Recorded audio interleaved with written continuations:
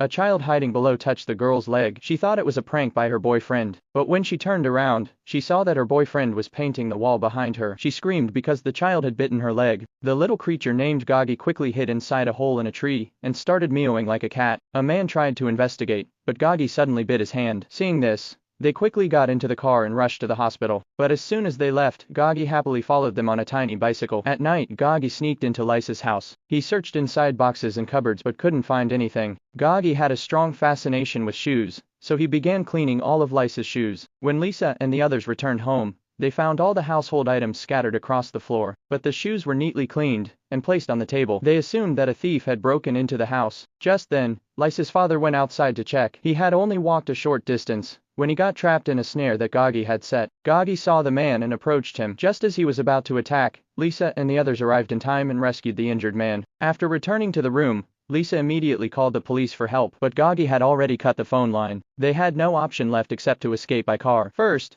they used shoes to distract Gagi, and then quickly ran toward the car, but as soon as they started the car, Gagi smashed the car window.